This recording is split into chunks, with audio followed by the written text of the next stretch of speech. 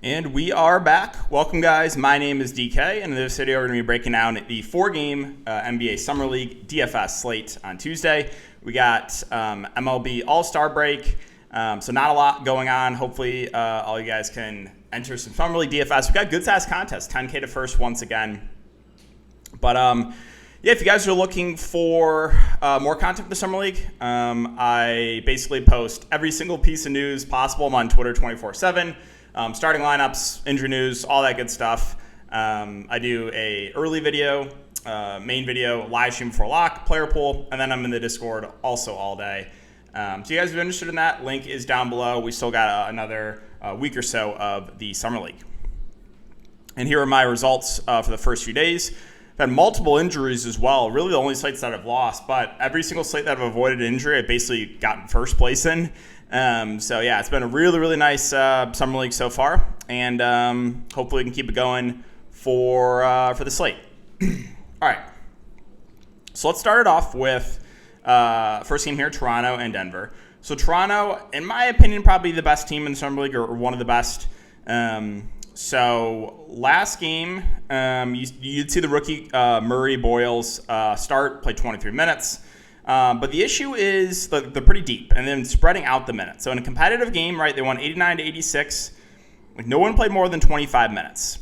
Shed played 25 minutes in the starting lineup. Walter played 22, 18 for Battle, 23 for Murray Boyles, 8 for Castleton, 25 for Moba off the bench, 23 for Kamachi, and 24 for Lawson. So like this team is deep, and again, they're spreading out the minutes. So if you're looking at players and their price points, I think Murray Boyles looks like a pretty good value. Assuming he starts again. Missed the first game, came back for this game, played 23 minutes. So assuming he starts again, I think he's decent. Looking at the spend ups like Lawson, Mobo, Shed, Walter. I'm not saying you can't play these guys battle, but like there's no standouts there for me. I think if I had to pick one, it probably would be Jamal Shed. But yeah, let's see. Is there anything else I would get to? And Kamachi played more than Castleton last game. Maybe there's a chance he starts. If he does, 5,600, he could be a solid option there. All right, let's move on to Denver. So Denver we saw play on Saturday. They lost to Minnesota. They ran a starting lineup of Harrison, Jones, Holmes, Tyson, and Beekman.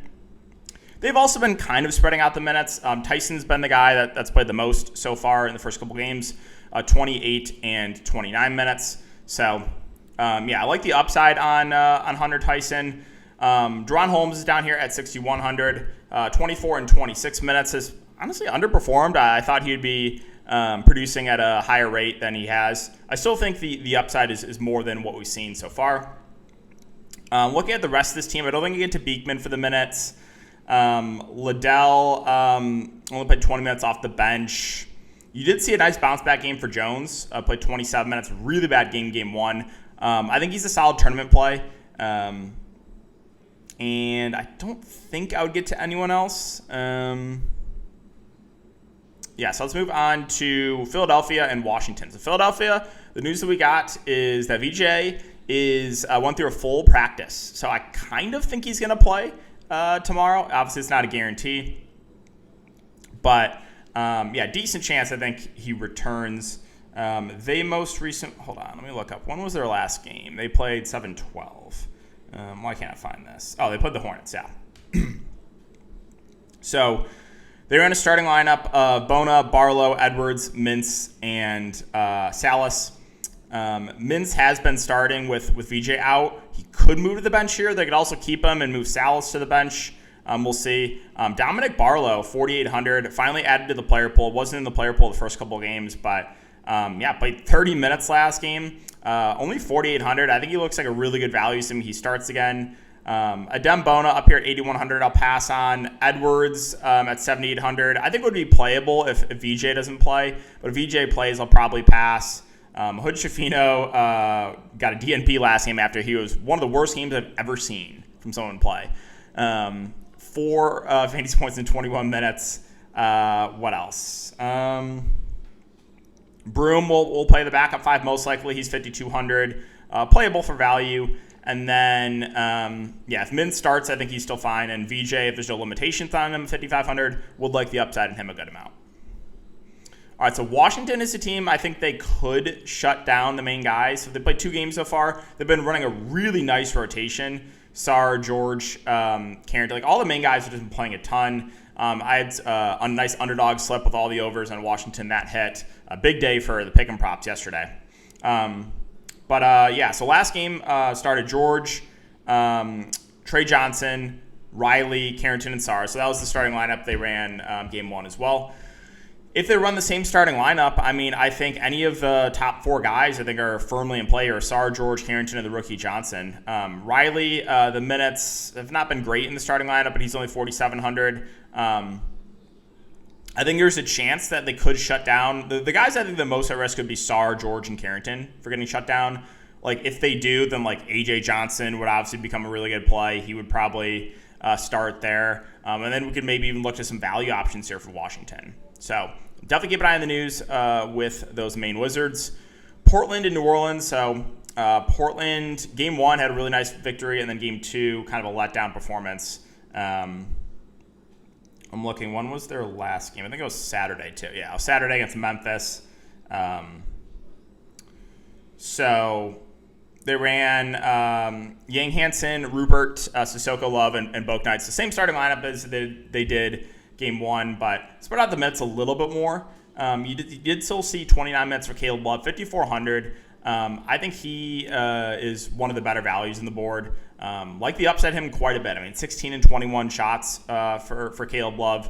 And then, Yang Hansen, 24 and 26 minutes. I think he's firmly in play as a value option. Rupert had a really bad game in 24 minutes. I think that was a bit of an outlier. I think the ceiling's much higher. We saw the ceiling from him in game 1. Sissoko at 6K had a decent game last game. I think that was a bit of an outlier there with 3 steals and a block, but he's still viable. And then, James Bouknight, the veteran, should play like that low 20s minute range. I think another decent value option there. I don't think I would get to anyone off the bench for Portland unless they switch some things up.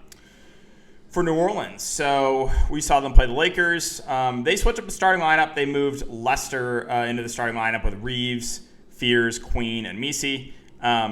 Misi at the top at 9K, I think is a little bit pricey. Lester at 7,700 moved in the starting lineup, but did only play 22 minutes, so don't love that. The guys that played the most were the 2 rookies, and Fears and Queen. 29 minutes for Fears, 5 of 21 shooting. He has not shot well so far in the Summer League, 4 of 12, 5 of 21. But I think that will keep his ownership relatively low. And then Queen at 6K, 27 minutes in back-to-back games. Good rebounder, solid point per minute. I think he looks pretty good in the mid-range. Let's see. Anything else? I think that's it for New Orleans. So let's go to Golden State and Memphis. So Golden State also switched up the starting lineup last game. They've been running a pretty deep rotation, Golden State has. But they started Mobley, Tahui, Richard, Armstrong, and Shackelford. They ran 10 guys. No one played more than 25 minutes. Mobley is 6,600. If he starts again, I think he's viable. He has honestly really underperformed in these 2 games so far. I think the upside is much higher than he's shown. Armstrong at 6,500. He's played mid-20s minutes in back-to-back games. He's a stat sheet stuffer.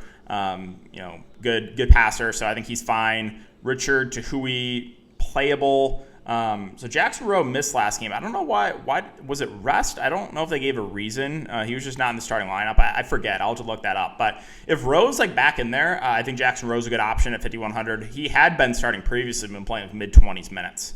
And finally, Memphis. So Memphis, we saw them last on Saturday as well against Portland. Surprising loss in game 1, but bounced back against Portland in game 2. There's definitely a chance that Wells, Jackson, Spencer, main guys here, get shut down. We'll keep an eye on that. If they all play, the offense is basically run through those 3, right? Wells, Jackson, Spencer. Spencer would probably be the guy the easiest to get to because he's the cheapest, but Gigi, I think, probably has the highest ceiling in this group. Gigi actually missed. Gigi missed last game. He was a late scratch with illness. But yeah, I think he's the guy with the high ceiling. Then Wells solid as well. Baycott has been starting, been playing pretty well, 6,300. I think that's fine. It's nice that he has power forward eligibility. Burton and Mashek were the other starters last game. But yeah, definitely keep an eye on the news here with Wells, Jackson, and Spencer, because I think there's a chance they could shut him down here. And I don't know if we'll get the news before lock or not.